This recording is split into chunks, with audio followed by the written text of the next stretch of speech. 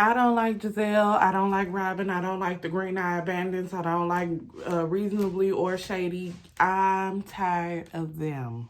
When to chill, always talk about keep it real. Only till you pat your fill, then you wanna cry ill will. Really thought you know the deal. What up, besties? It's your girl Sheridan, and I'm back with yet another video. Y'all, did y'all watch the Real Housewives of Potomac? Let's talk about it. So, I don't think I want to talk about every single thing that happened, but up to a certain point. So, Jacqueline, we get Jacqueline and Mia face off, and it fell flat. Like, honestly, I thought they was going to have a whole lot to say. Jacqueline's receipts are whack. I don't think Mia had any receipts of her own. There was nothing on that paper. Like, y'all can't make me think otherwise. Did y'all work together, like co-conspire to have this moment? Because Jacqueline's receipts is literally everything Mia has said about herself. Mia said nothing from this glittery box. Like, it was just so all over the place. We find out that Mia was not with Jacqueline's mother for Mother's Day. She was on the phone with her for an hour. So, girl, why did you say I was with her and you weren't? But also, Jacqueline, why weren't you with your mama, girl, if your mama in the land of the living and you love her and you keep throwing her up in Mia's face? Like, it's giving weird. So, anyway, Andy asked if Jacqueline had sex with Gordon and Child. They claim to never have had a sexual relationship. And I'm not black. It's giving weird, okay? So anyway, Gordon, Mia says that the reason why she fired off on Jacqueline is because Jacqueline knows that Gordon is a cancer survivor and therefore sexually incompetent, and she was throwing that in their face. And I guarantee you, Gordon ain't want the whole wide world to know that. I guarantee you that. And based off of what Jacqueline said, we still ain't know that, girl. Like, Mia, you just be telling stuff that don't need to be told or lying. Like, girl, keep some things to yourself. So anyway, Jacqueline claims that Mia wanted her to be her underling. And I'm confused. So when did it stop working well for you? Because you were being her underling on the show initially. So when did you flip? When did that become too much? Because you were okay with it in the beginning. Questions that need answers. Anyway, they have decided that there's no minute to their relationship, and it's just like, so it sounds like what happened is y'all decided to play a role on this show where Mia got to be Dean, Big Sister Almighty in y'all relationship, and that's not how it really was. And Jacqueline got her feelings hurt by playing this role to help Mia on this show. And so now, because they rumbled with the bee and got stung, it ain't working out no more. That's what I got. Did y'all get that from this show? Anyway, let's move on. We get to Charisse and Karen, and I am tired of talking about Charisse and Karen. Karen says she haven't liked Shasha in 5 years since she said what she said, and they're all wondering, well, why did you invite her to your party 4 years ago? And why did you go to this? And Karen is like, nah, my assistant asked me could I invite her. And look, I'm confused as to how Shasha likes Karen, because Charisse, you have done interviews with Bravo literally calling Karen crazy within the last few years. So I'm confused. If she's crazy, why do you keep trying to be in her midst? I'm not understanding. Also, Karen wasn't just brazenly talking about, I don't like her. She just would not film solo with her. And if she didn't want to, she didn't want to. And it is giving cloud chasers, Charisse. Like, it's just so stupid. Moving on, Robyn and Juan have gotten married. She lets us know that they have a 50-50 prenup and there is no infidelity clause. Child. Karen's face through the whole thing was me. This is dumb. Get us out of it. Anyway, So Robyn says that Juan doesn't like the drama of the show and what they do to one another on the show, which is why he was snapping when she called him to say what Karen said, what Karen said about him being with some girl from Georgetown that looks just like her. Let me just pause. Robyn, you forgot a key thing in your speech, girl. He also don't like you. That's why he was mad. That's why he was going off. He don't like you. Yes, he doesn't like the show. He doesn't like the drama of the show, which is very, evident, seeing as though he never comes on the show, which is very interesting to me because Bravo was very top heavy on Kenya about getting married off of this show, and then her husband not being on this show. Like, he clearly didn't like the show, didn't want to be on the show, was kind of forced. His hand was kind of forced to be on the show for Kenya. But y'all don't force Juan to be here or at these reunions. He's always at work, which is just... They play basketball all day? Okay, so anyway, the audience read Robyn for Field for Family Fun Day, as we should have, because you definitely excluded Wendy's kids. Like, please stop playing with us, Robyn. She keeps insulting our intelligence, but she's not intelligent, and that bothers me. So anyway, Robyn willfully, amen, Wendy, missed the point that Wendy was talking about. Like, girl, you were trying to exclude her kids, and even you said in the season, like, I don't care, when it was brought up to you that her kids will be missing. So, yeah, anyway,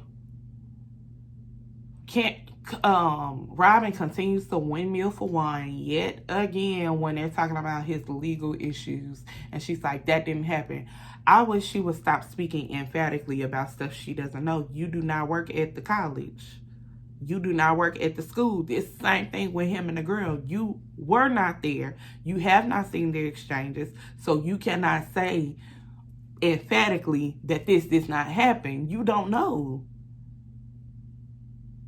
And it was her saying that they used Juan's name for clickbait for me. No, he accused Juan of knowing what happened to him, and making him continue to play without disciplining old boy. Like,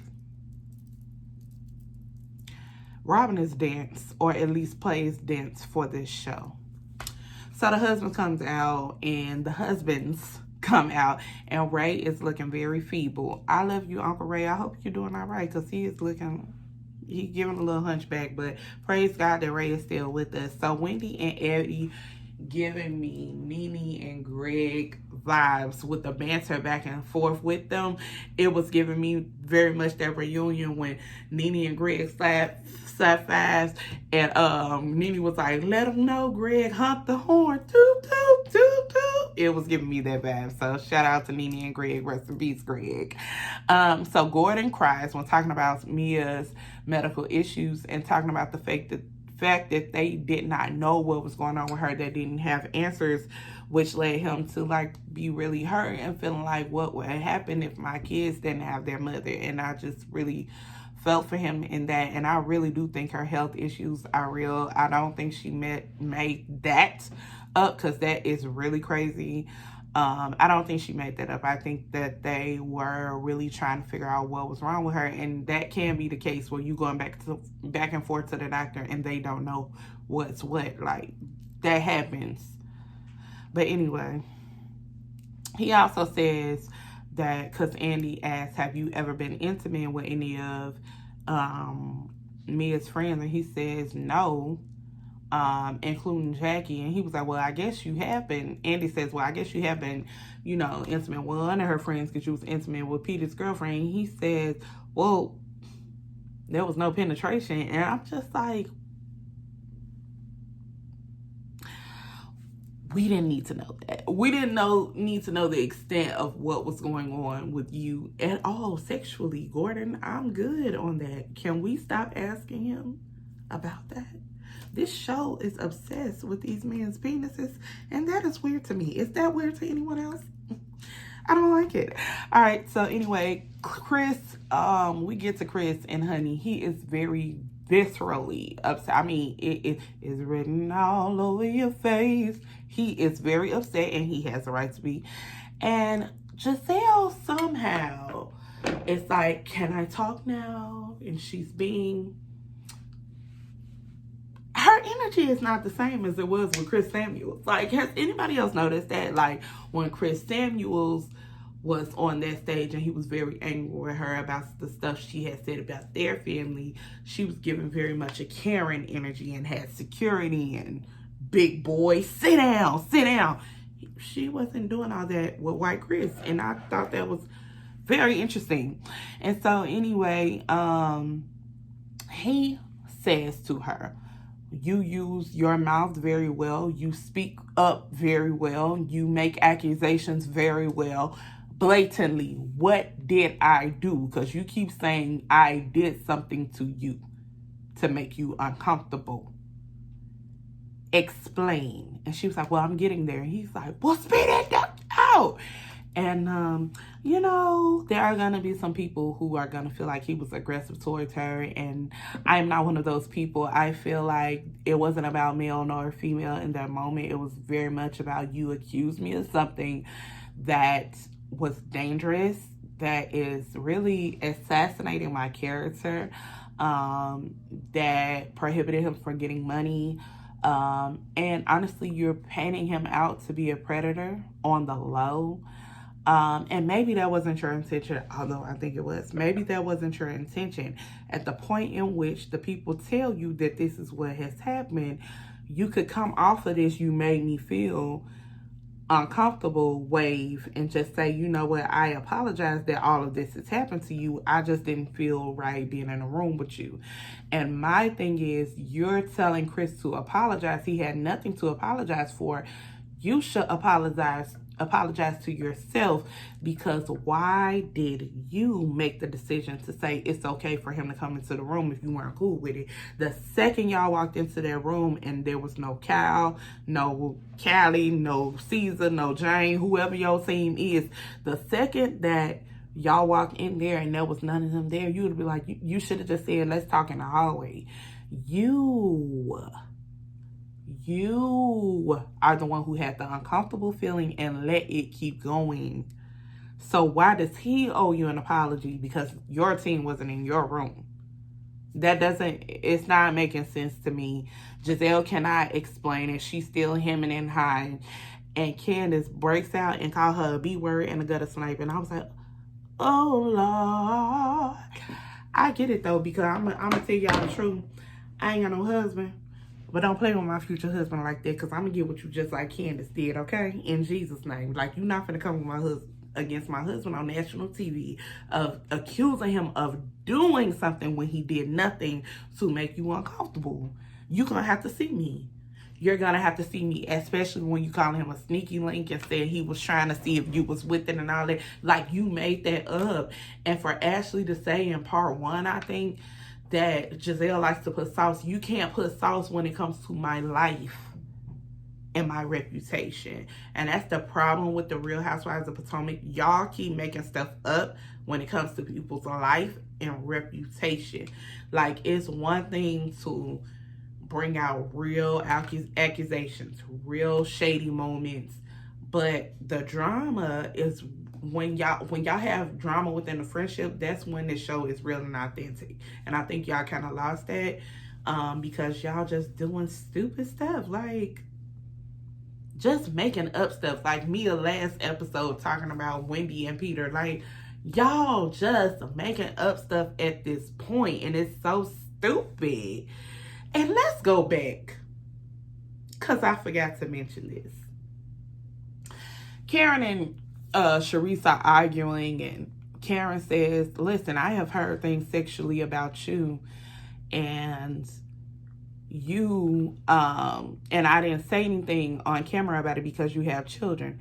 And Charisse says emphatically, no you didn't. No you didn't. Well, honey, yes she did. Whew. Y'all been on Twitter?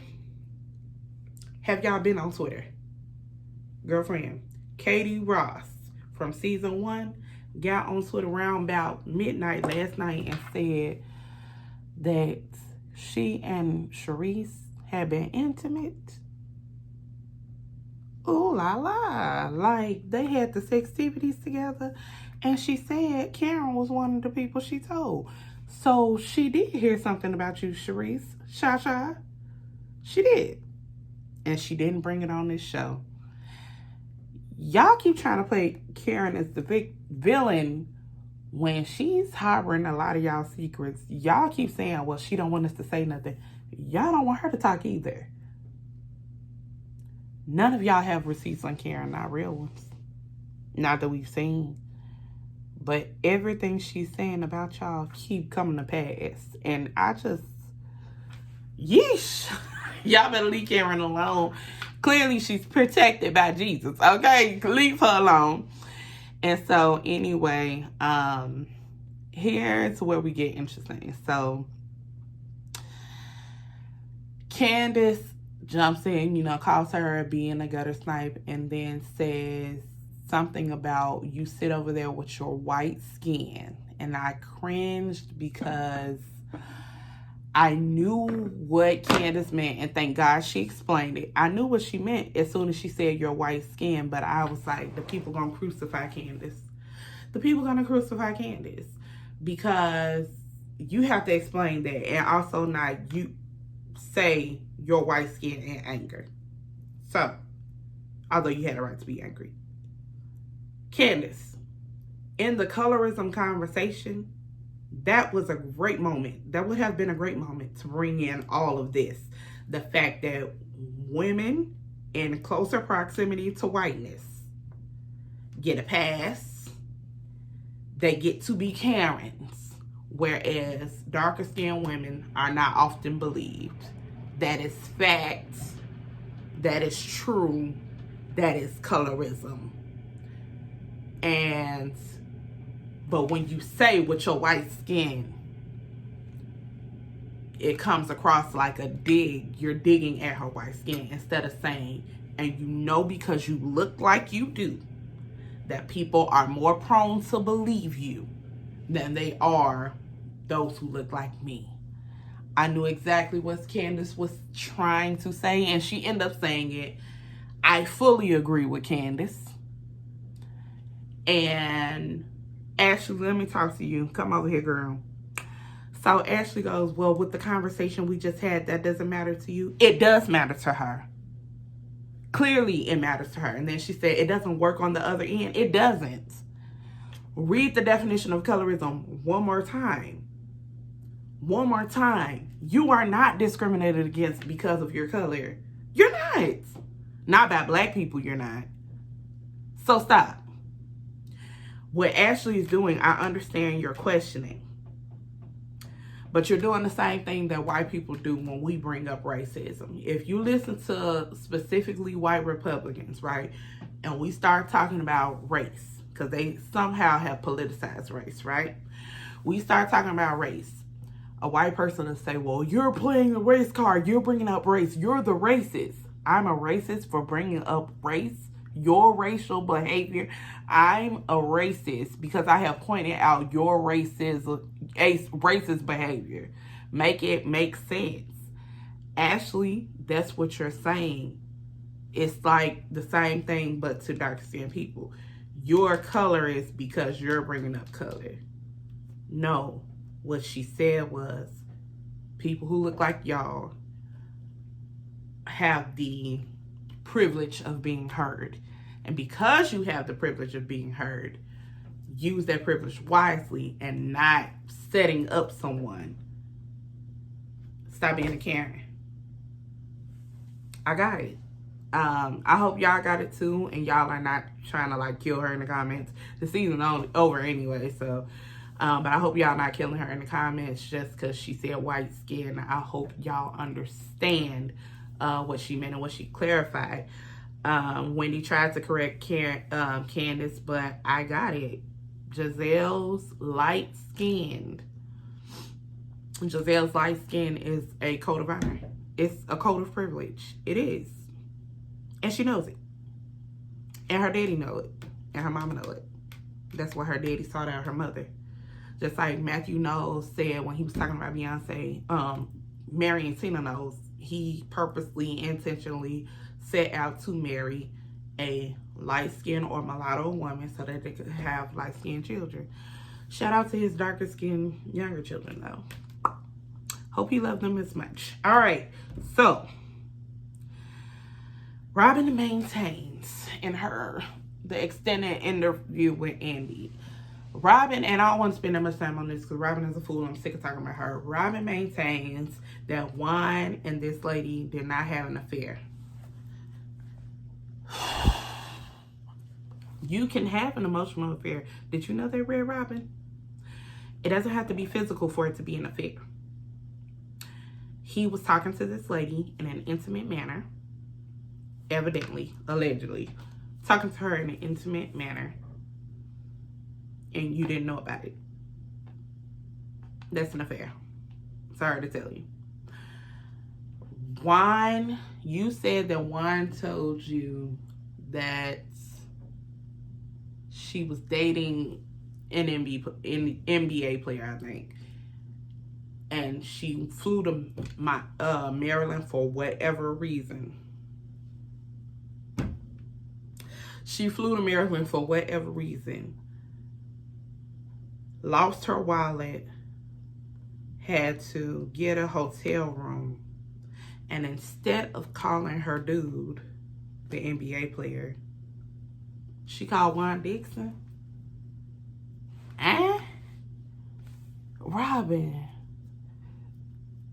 I would have rather that you just sat up there and said, this is the story Juan told me.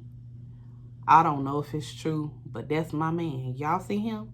And I'm going to stick beside him. I'd rather you just said that because Ebony K. Williams' face is all of what I was thinking.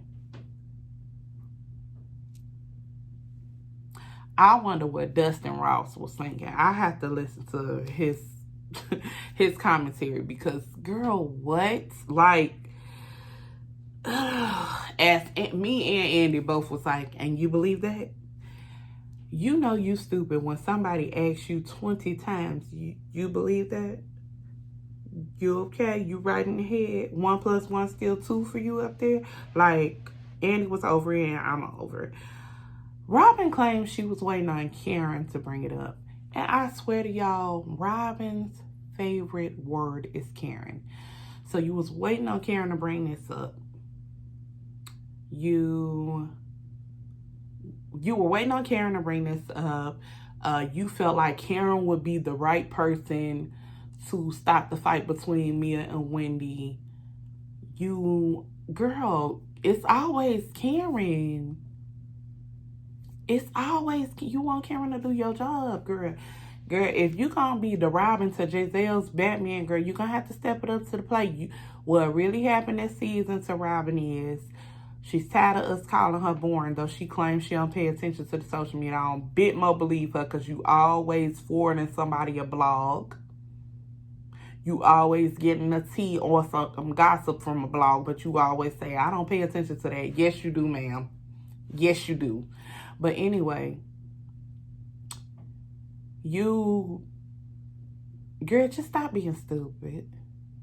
Or if you don't want to stop being stupid, keep us out of it.